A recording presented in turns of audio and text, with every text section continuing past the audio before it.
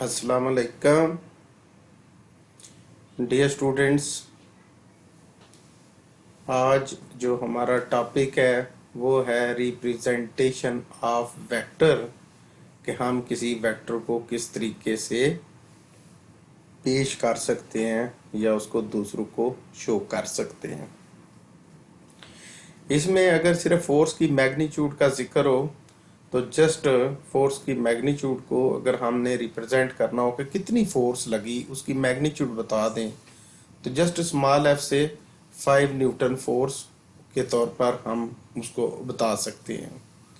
और अगर किसी चीज़ की गाड़ी की स्पीड जो है उसके अंदर जो तब्दीली आ रही है उसकी मैग्नीट्यूड अगर रिप्रेजेंट करनी हो तो जस्ट ए से 5 मीटर पर स्क्वायर सेकंड से रिप्रेजेंट कर सकते हैं।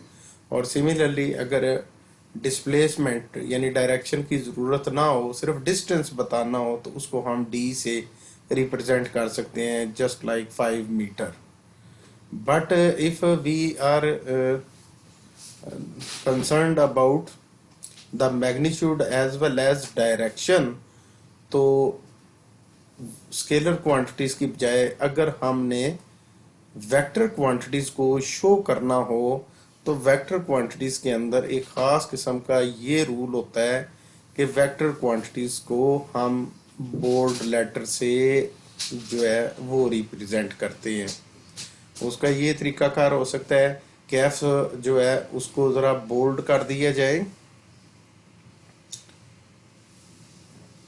इसमें जरा मोटा सा इसको लिखना पड़ेगा, मार्कर से बंदा लिख सकता है या तो इसको ये बोल्ड लिख दे। F is equal to 5 newton, acceleration is equal to 5 metre per square second, या displacement is equal to 5 metre.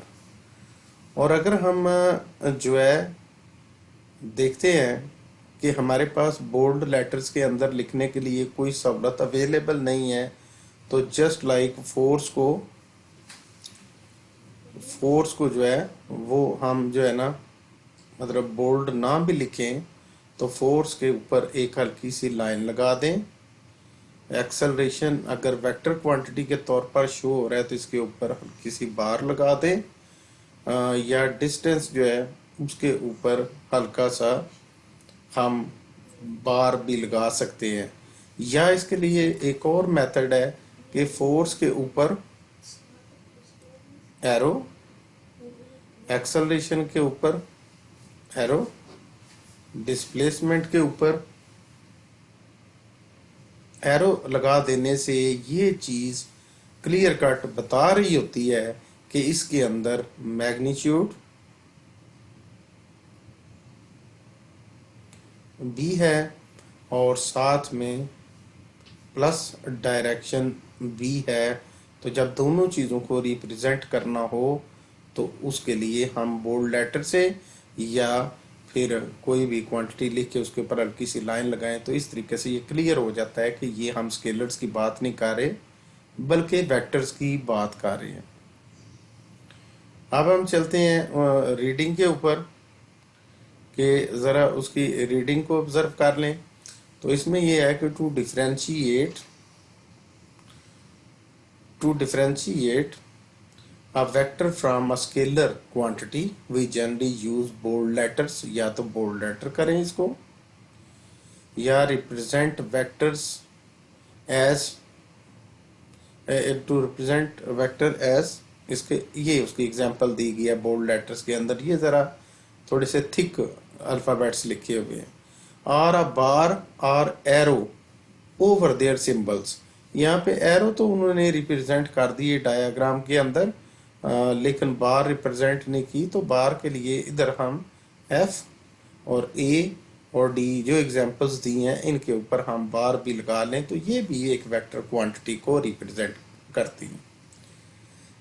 अगर हम किसी पेज के ऊपर ग्राफिकली यानी लाइंस और एरो की मदद से किसी वेक्टर को रिप्रेजेंट करना चाहें तो उसके लिए ये नेक्स्ट पैराग्राफ है कि graphically a vector can be represented by a line segment with an arrow head इसमें जो इन फिगर कह देते हैं 2.14 कट कर दें बीच में से, और ऊपर डायग्राम में भी जो 2.14, चूंकि एक ही डायग्राम है तो इसके लिए नंबर देने की ज़रूरत नहीं होती, फिगर बस काफ़ी है। The line A B with arrow head at B represents a vector V. इसके अंदर उन्होंने जो मिसाल के तौर पे ये एक लंबी सी लाइन लगा के ब्लू कलर के अंदर उसके जो है एक एंड उसको ए से रिप्रेजेंट किया और दूसरे एंड को बी से रिप्रेजेंट किया। अब ये वेक्टर जो है ये या तो बोल्ड में ये लिखा हुआ वी, या जस्ट बारीक सा लिख के बार लगा दें, या वी के ऊपर इस तरीके से एरो लगा दें, तो इस तरीके से ये वेक्टर जो है ना हमारे सामने रिप्रेजेंट हो रहा है। जिसमें ए से बी तक जो इसकी लेंथ है, अगर ये फॉर एग्जांपल 5 मीटर लंबी लाइन है तो ये 5 मीटर बेसिकली इसकी मैग्नीट्यूड हो गई, मैग्नीट्यूड। और ये जो एरो हेड है ना ये इस वक्त डायरेक्शन शो कर रहा है कि जिस डायरेक्शन में ये एरो की डायरेक्शन है, या तो वो बिल्कुल एग्जैक्टली उसी डायरेक्शन के ऊपर फोर्स लग रही है।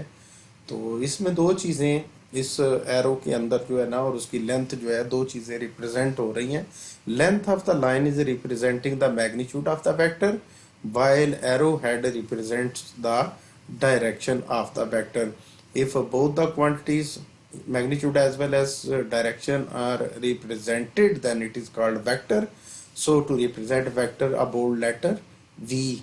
इसके लिए अगर ये velocity vector है, अगर ये displacement का vector हो तो d आ जाता, सिमिलरली acceleration का होता तो a आ जाता। डिफरेंट इस तरीके से, ठीक है, क्वांटिटीज रिप्रेजेंट होती हैं।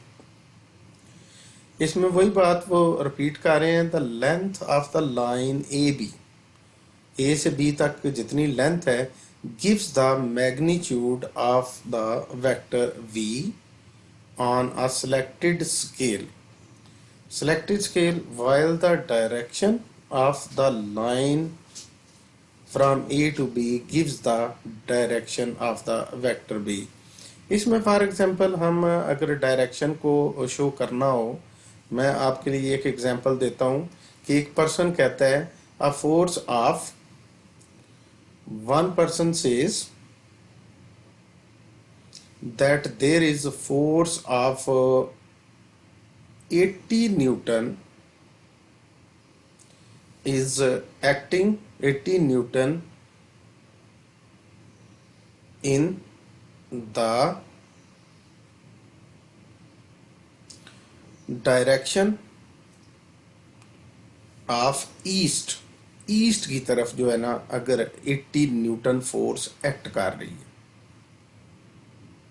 तो उसके लिए हमारे पास इसको रिप्रेजेंट करने का जो मेथड होता है, उस मेथड को मैं ज़रा अडॉप्ट करने की कोशिश करता हूँ। लेकिन इससे पहले ये थोड़ा सा मुझे इसको ये अरेज कर लेते हैं। इसमें से ये मैग्नीट्यूड और डायरेक्शन का जो लिखा हुआ है, अब हम सबसे पहले तो फ्रेम ऑफ रेफरेंस बनाते हैं। एक डायरेक्शन के लिए जो सेट रूल होता है उसके मुताबिक लाइंस ड्रा करते हैं। तो उसमें हम अगर जो है एक तो लाइन सीधी अपवर्ड को हम ड्रा करते हैं, इसका कलर थोड़ा सा चेंज कर लें। एक लाइन हम सीधी अपवर्ड को ड्रा करते हैं, ये लाइन हो गई। और दूसरी लाइन जो है वो हम लेफ्ट टू राइट ड्रा करते हैं, और वो लाइन जो होगी वो इस अपवर्ड लाइन के एग्जैक्टली 90 डिग्री पे होनी चाहिए। तो अगर आप इस तरीके से ये मतलब जो है ना डायग्राम बना लें, तो इस डायग्राम के ऊपर सिंपल सा रूल होता है कि जी डब्ल्यू ई, और ऊपर हमेशा इसका नॉर्थ डायग्राम में और नीचे साउथ जो है ना वो ड्रा करके, फर्स्ट ऑफ ऑल तो हम जिस पेज पे डायग्राम बना रहे हैं उसके ऊपर हमें नॉर्थ साउथ ईस्ट वेस्ट को पहले तो ड्रा करना पड़ेगा।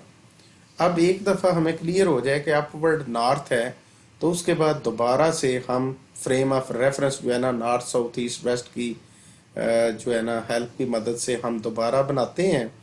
तो इसके अंदर ये जो है हम इसमें एक लाइन जो है लेफ्ट टू राइट लगाते हैं।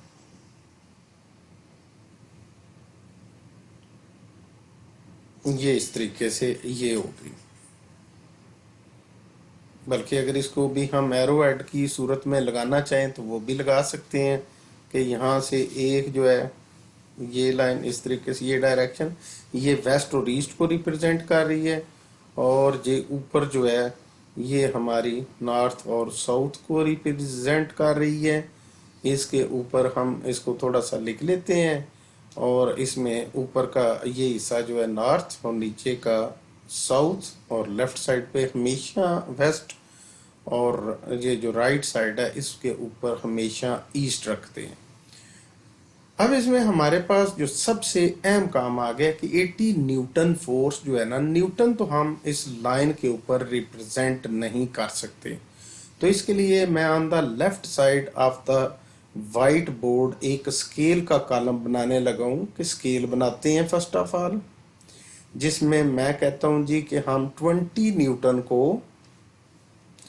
रिप्रेजेंट करेंगे 1 सेंटीमीटर से, और अगर 1 सेंटीमीटर जो है वो 20 न्यूटन को रिप्रेजेंट करे तो 80 न्यूटन फोर्स को रिप्रेजेंट करने के लिए कितने सेंटीमीटर लाइन होनी चाहिए?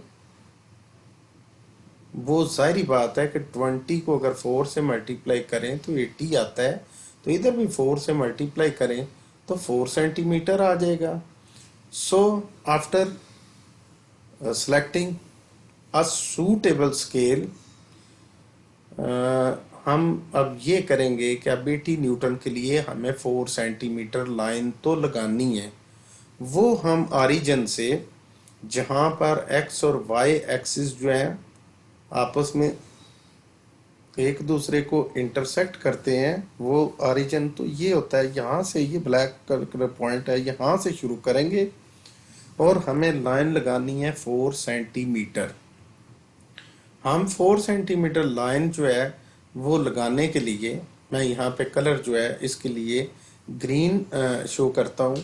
तो मैं यहाँ ऑरिजिन से शुरू करूँगा और with the help of scale exactly लगाते लगाते ये जिधर तक भी जाए, अगर यहाँ तक फॉर एग्जांपल इधर तक मैं ये कहता हूँ कि ये 4 सेंटीमीटर कंप्लीट हो गए, तो मैं इसको इधर ही छोड़ देता हूँ इस डायग्राम को, और साथ में मैं इसके ऊपर हल्का सा लिख देता हूँ कि ये जो ग्रीन कलर का एरो है इसकी लेंथ इस वक्त कितनी आपको शो की गई है, 4 सेंटीमीटर, और इसकी डायरेक्शन आपको क्लियर नजर आ रही है कि it is acting along east. So dear students, in this way we have represented a vector in the given direction graphically. I hope you will definitely understand this lecture, and kindly if you if you have understood this lecture, then first it's your responsibility to learn by heart. इसको बड़े अच्छे तरीके से आपने याद करना है, और जब इसको आप अच्छे तरीके से याद कर लें तो फिर अपनी फिजिक्स की नोटबुक के ऊपर इसको एज अ होमवर्क नोट कर लेंगे, तो इस तरीके से आपकी प्रैक्टिस और अच्छी हो जाएगी। और इस तरीके से हमारा ये टॉपिक जो रिप्रेजेंटेशन ऑफ वेक्टर है ये अब कंप्लीट होता है। अल्लाह हाफिज़।